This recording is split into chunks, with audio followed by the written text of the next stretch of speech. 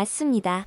어쩌면 푸틴의 이번 북한 방문이 미국과 서방 국가에 큰 위기감을 조성할 수도 있는 결과가 나타날 수도 있죠. 하지만 저는 그러한 의견에 회의적인 입장입니다. 그건 러시아의 입장에서 절대로 간과할 수 없는 한국의 존재 때문이죠. 미국 로스앤젤레스에 위치한 대형 컨퍼런스룸에서는 미국의 유명 정치학자가 최근 세계적인 이슈로 떠오르고 있는 푸틴의 북한 방문 일정에 대해서 언급하고 있습니다.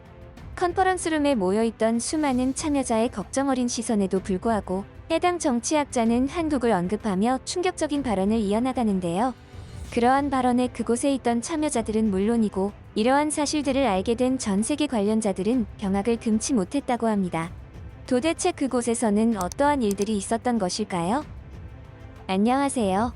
저는 미국에서 국제관계 전문가로 활동 중인 루나 에벌리라고 합니다. 오늘은 제가 최근 겪었던 놀라운 경험에 대해서 말씀드리고자 하는데요. 그 전에 저의 직업에 대해서 궁금하신 분들이 많다고 들어서 간소하게 설명을 드려야 할 것 같습니다. 국제관계 전문가는 국가 간의 정치나 경제, 사회, 문화적 상호작용을 연구하고 분석하는 전문가라고 생각하시면 될 것 같습니다.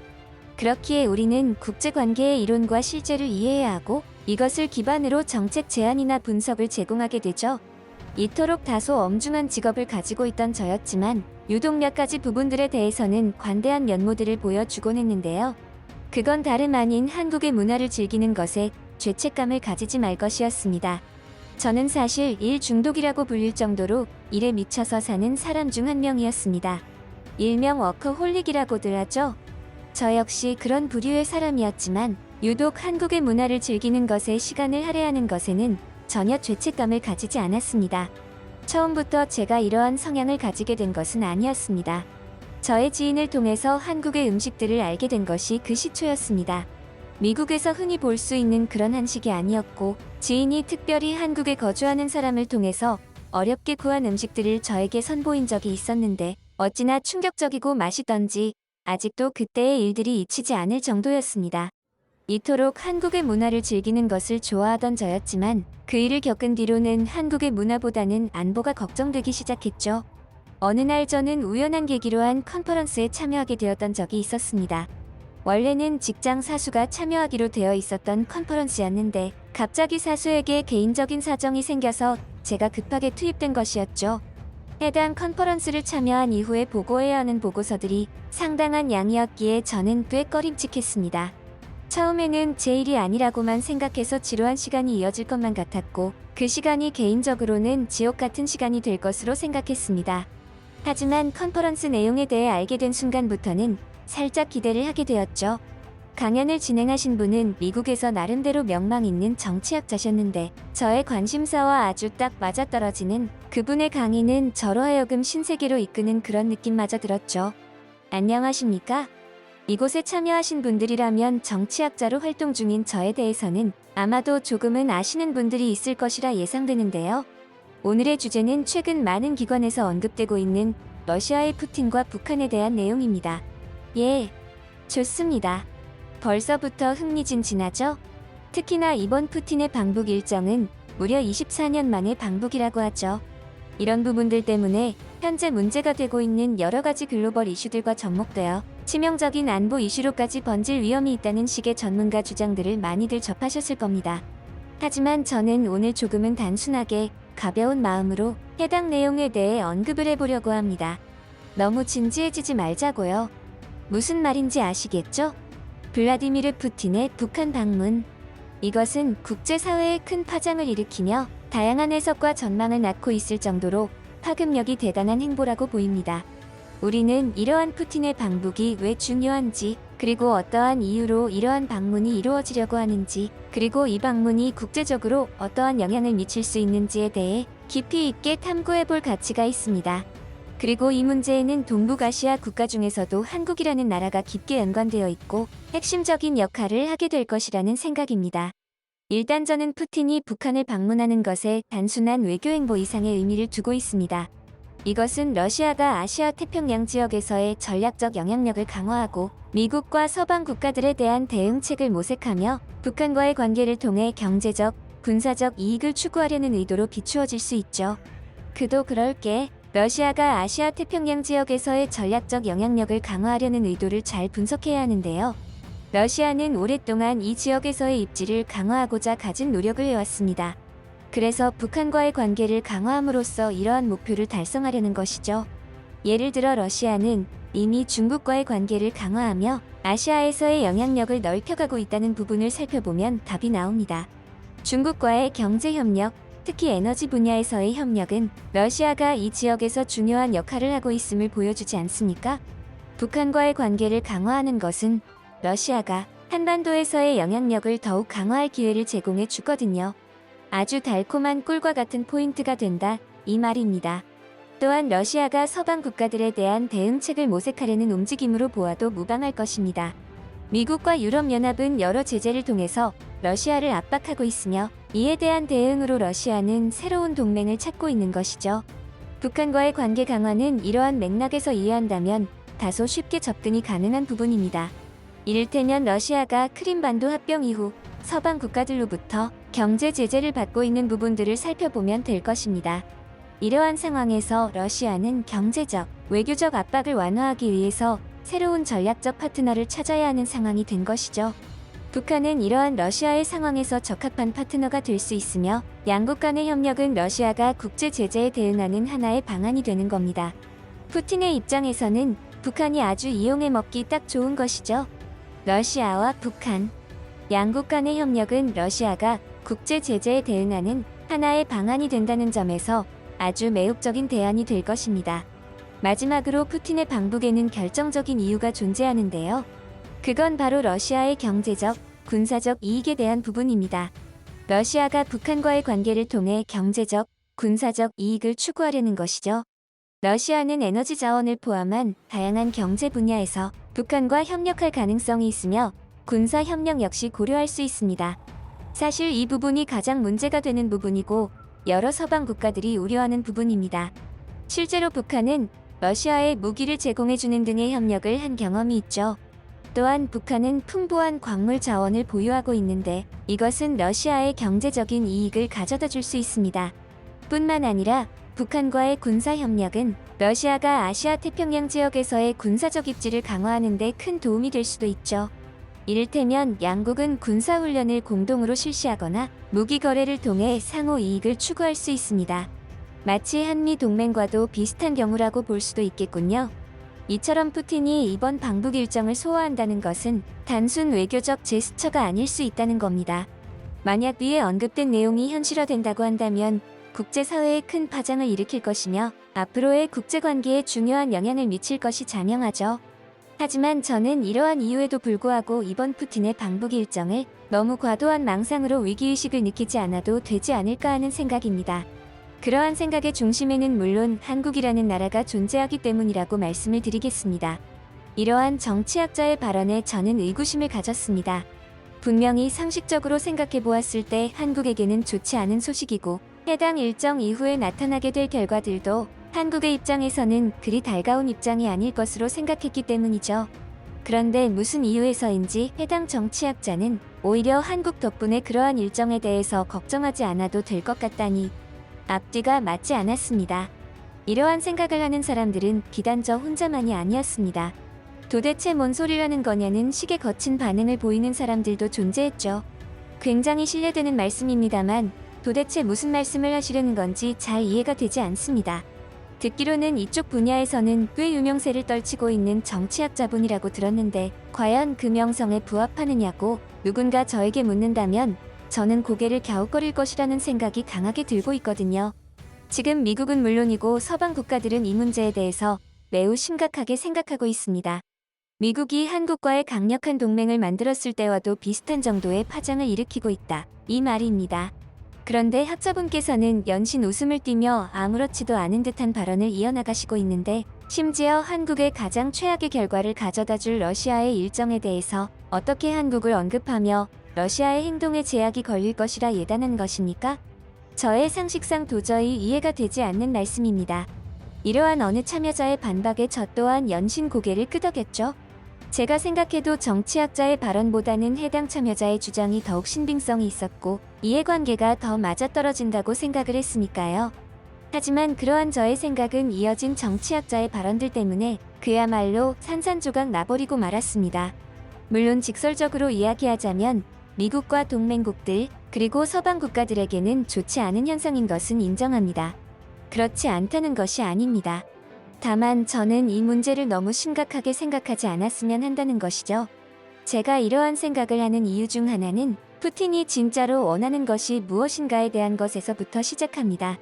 이것을 분석하기 위해서는 푸틴이 북한을 방문하는 이유에 대해서 보다 면밀하게 살펴볼 필요가 있죠.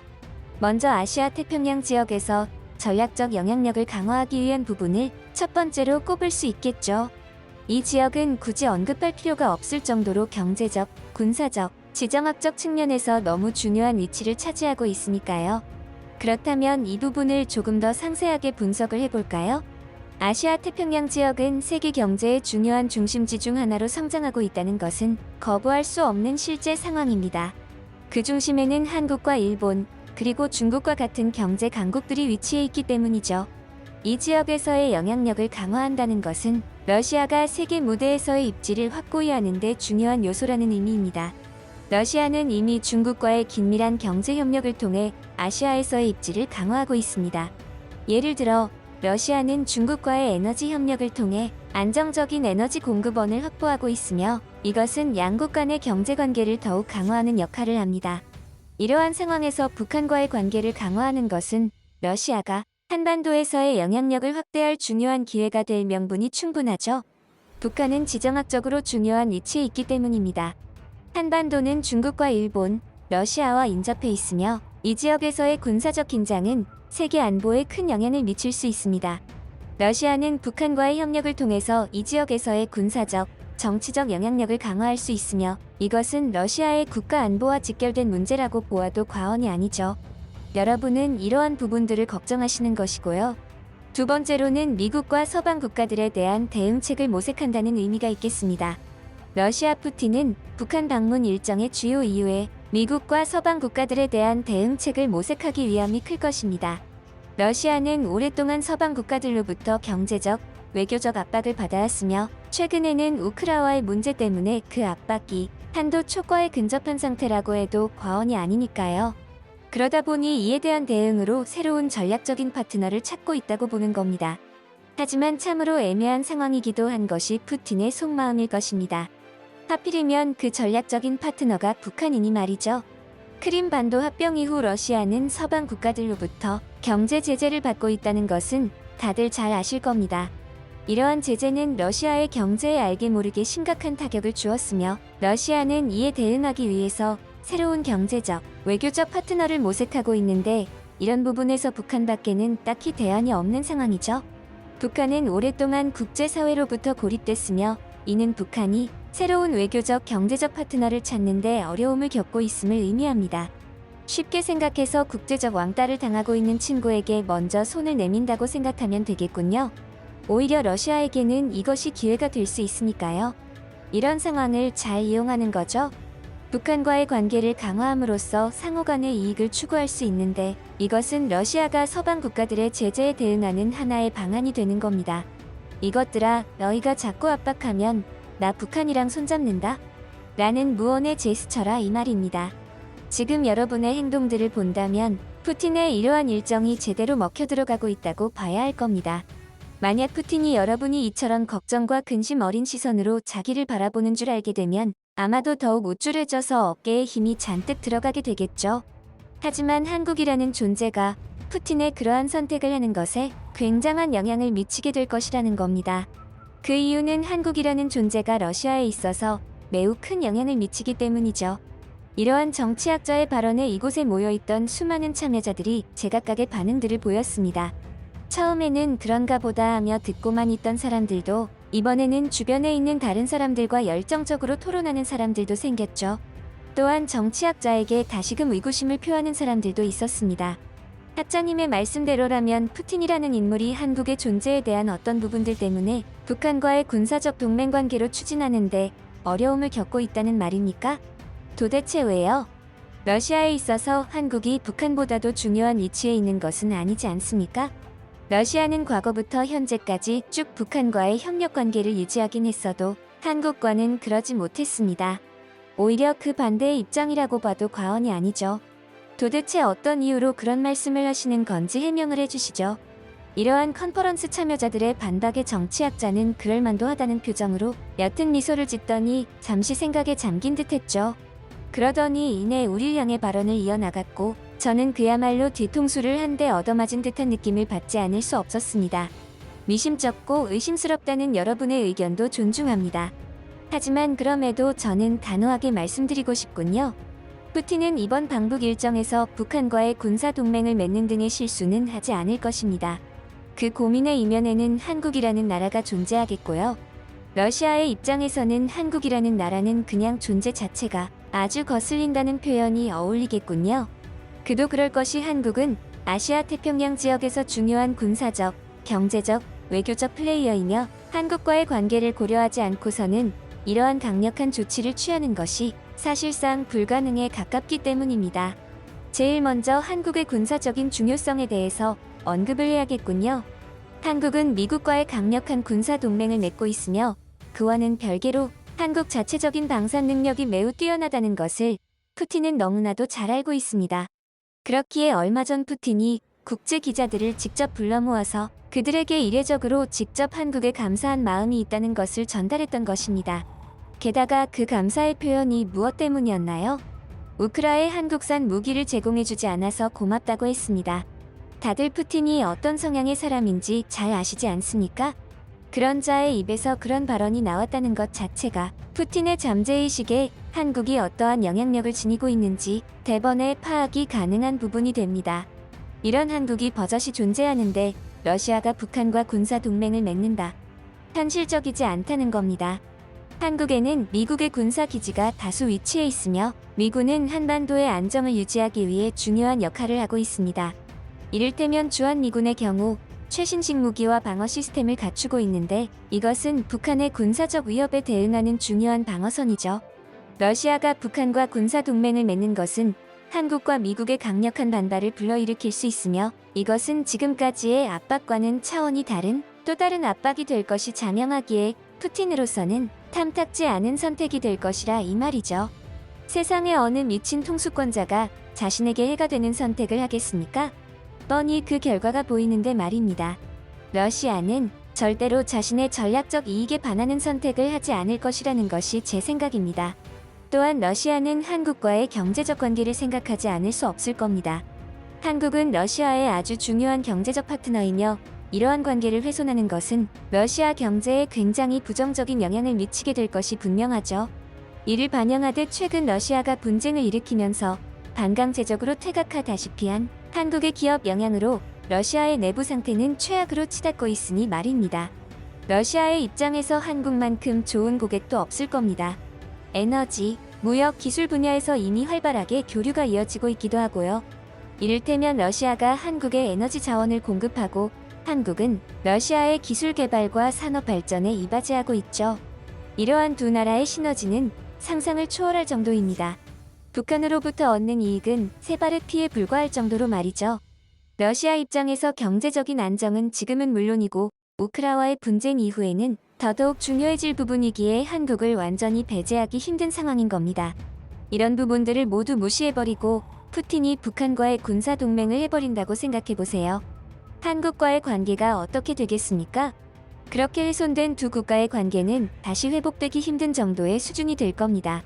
이것은 러시아의 입장에서 배보다 배꼽이 더 큰 상황에 부닥치게 할 가능성이 큰 것이고요. 무엇보다 한국의 군사력은 절대 무시할 수 없는 수준에 이르렀다는 것을 푸틴 스스로도 잘 알고 있다는 점을 잊어서는 안 되겠습니다. 만약 러시아가 북한과의 군사 협력과 같은 무모한 짓을 감행했다가는 이제 진짜로 우리는 한국이 핵무기를 보유하게 되는 순간을 맞이하게 될지도 모릅니다. 이런 부분들 때문에 푸틴도 고민이 아주 많을 것이라 이거죠. 여러분은 지금 러시아가 북한을 방문하여 국제적으로 위협적인 행보를 보일까 두려워하고 있었습니다. 아직도 그러한 생각이십니까? 푸틴이 북한과의 군사동맹을 강행하여 미국과 서방 국가들은 물론이요, 한국과도 척을 지는 선택을 과연 하게 될까요? 저는 아니올시다 라고 단언하고 싶습니다. 이러한 정치학자의 발언이 마무리되고 이곳에서는 새로운 기류가 생겨났습니다. 그동안의 의구심이 다른 방향으로 확신이 되어버리는 이상 야릇한 분위기였죠. 다소 상기된 표정의 사람들도 많았고 걱정이 희망으로 변했습니다. 물론 저 또한 그러했고요. 그날 이후로 저는 한국의 새로운 부분들에 대해서 알게 되었고 그것은 제가 생각하던 한국의 위상과는 차원이 다른 무언가가 있었습니다.